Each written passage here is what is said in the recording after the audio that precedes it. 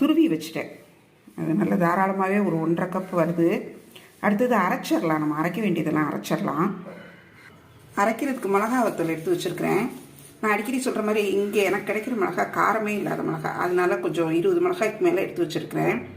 அவங்கவுங்க வீட்டு மிளகா காரத்துக்கு தகுந்தபடி கொஞ்சம் கூடுதலாகவோ குறைச்சலாகவோ போட்டுக்கோங்க.